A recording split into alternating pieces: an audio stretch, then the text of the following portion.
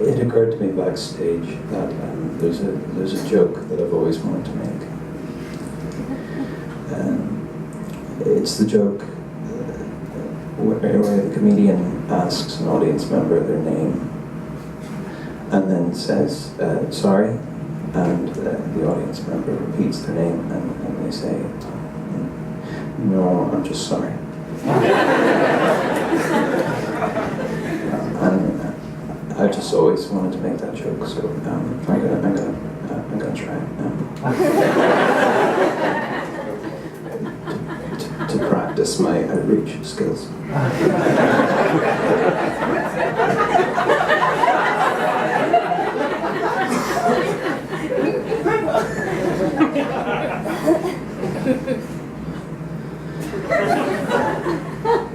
Hey.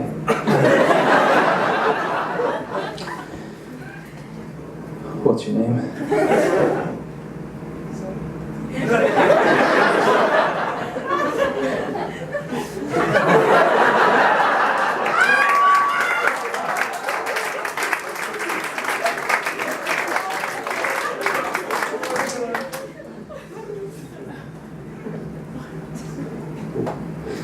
What's your name?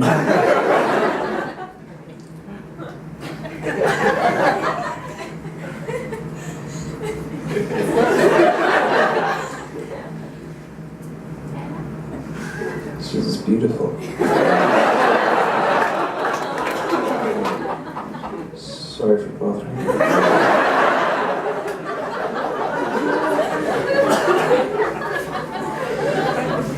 I'm here to talk about my PhD.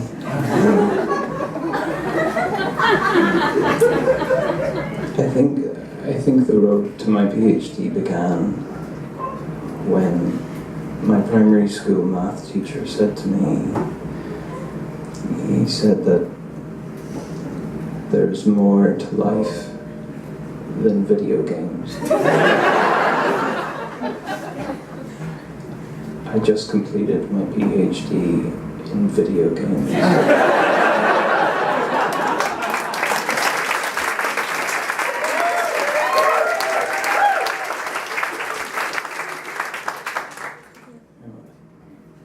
People would often say to me, you know, doesn't it feel weird to be that guy in the office, you know? And it was strange, you know, to share an office with cancer research, West African famine. But it was good to know that I could give them advice.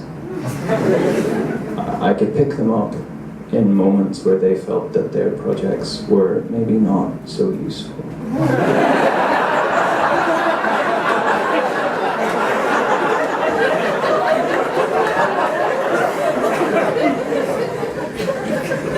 I could assure them that it was worthwhile and that it wasn't a hackneyed, self-indulgent,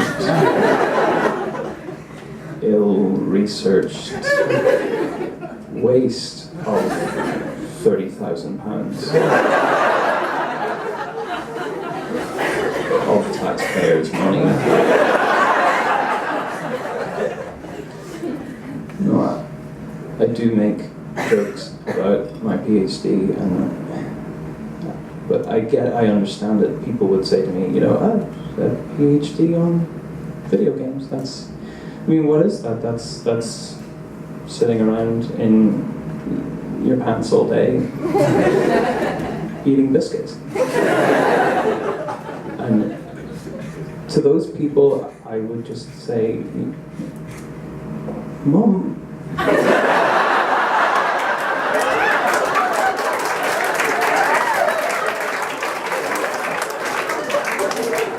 Stop calling me.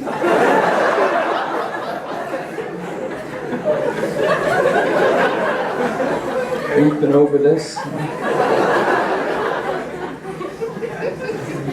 Often I wouldn't, you know, I didn't didn't take it very seriously. Most times I wouldn't even be wearing any pants. So it wasn't true. I was very proud of my PhD, though. I'm proud to have submitted it. It did change a lot in its progression. Originally, it was about natural ecosystems and video games. I was sure that video games could play an important role in fighting climate change. Unfortunately, I had to change that. My supervisor broke it to me. I don't want to bog people down with academic jargon, but he essentially broke it to me that idea was bollocks, and I needed another one. So instead, I researched different ideas of ecology, and the project is still called Video Games and Ecology, but now the idea of ecology is very different because, well, I think it's quite straightforward. And I thought about video games, and I thought, well, you know, subatomic particles are kind of like objects, but they're not really objects. And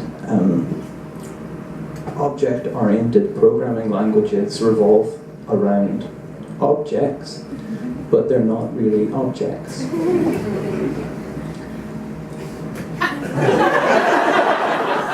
I think it's something that everybody can relate to.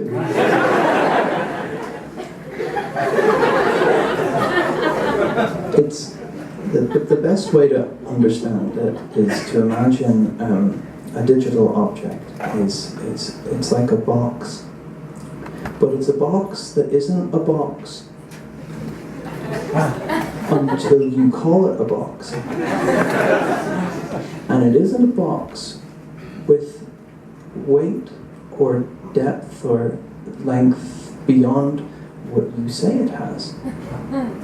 It was like this one time I was moving house and I needed to put all my things in a box.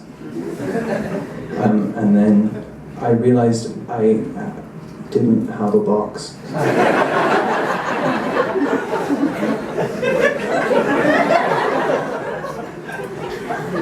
I think the main reason my research was kept on by the university was because humanities departments are determined to seem cutting edge and up to date. People often imagine that studies in the humanities are just, what was Shakespeare's favorite cat? So I felt very privileged that my research was considered to push boundaries. I'm very happy to announce that Chapter 1 was a deep, searing insight into Donkey Kong.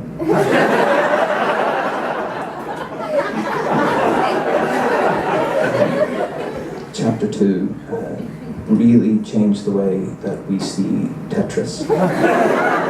And Chapter 3 is, it's about Donkey Kong again, but it's quite different.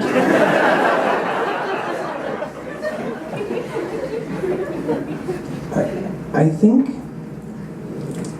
in its entirety, the piece is really about how in the world today, we're so caught up with the machines that we use. Every morning we wake up, we check our phones, we use them to get to the places that we need to be, we navigate the world through technology, and everything has become entwined and entangled in this process. It's like that scene in The Matrix when there's a human baby in purple goo, but it's not really purple goo. It's part of a machine that's cradling it and keeping it alive in a beautiful, symbiotic way. Except it's not like that. It's like a terrifying old Scottish man desperately trying to find the name of his daughter on a piece of technology that he barely understands, 3/4 of a way to Yoker. But on the whole, I think I've proven to myself, if no one else, that video games are very much a part of life. So take that, Mr. Keller.